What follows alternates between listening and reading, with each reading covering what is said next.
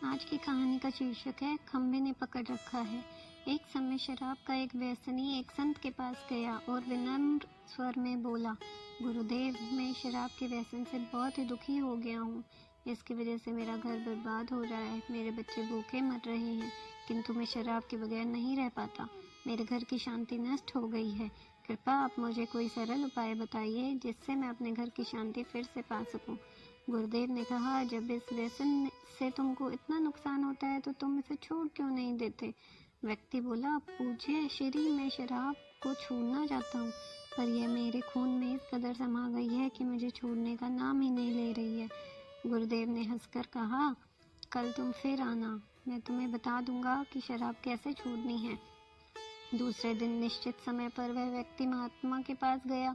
उसे देख महात्मा झट से खड़े हुए और एक खंबे को कसकर पकड़ लिया।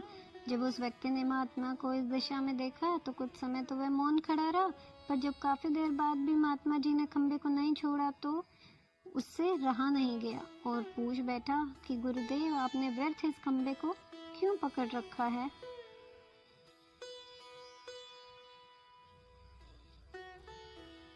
गुरुदेव बोले, वत्स, मैंने इस खंबे को नहीं पकड़ा है, यह खंबा मेरे शरीर को पकड़े हुए है। मैं चाहता हूँ कि यह मुझे छोड़ दे, किंतु यह तो मुझे छोड़ ही नहीं रहा है। उस व्यक्ति को अचंभा हुआ। वह बोला, गुरुदेव, मैं शराब जरूर पीता हूँ, मगर मूर्ख नहीं हूँ। आपने ही जानबूझकर खंबे को कसकर पकड़ रखा है। यह तो निर्जीव है, यह आपको क्या पकड़ेगी? यदि आप दृढ़ संकल्प कर लें तो इस वक्त आप इसको छोड़ सकते हैं। गुरुदेव बोले, नादान मनुष्य, यही बात तो मैं तुम्हें समझाना चाहता हूँ कि जिस तरह मुझे खंबे ने नहीं बल्कि मैंने ही उसे पकड़ रखा था, उसी तरह इस शराब ने तुम्हें नहीं पकड़ा है, बल्कि सच तो यह है कि तुमने ही शराब को पकड़ रखा है।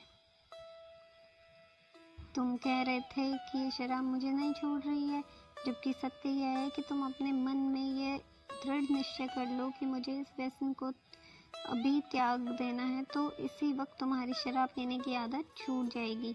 शरीर की हर क्रिया मन के द्वारा नियंत्रित होती है और मन में जैसी इच्छा शक्ति प्रबल होती है वैसे ही कार्य सफल होता है।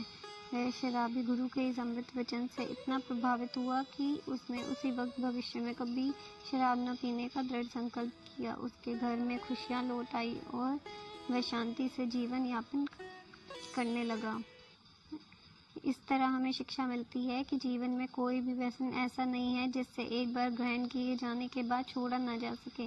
अगर मनुष्य चाहे तो बड़ी से बड़ी बुराई का त्याग कर सकता है।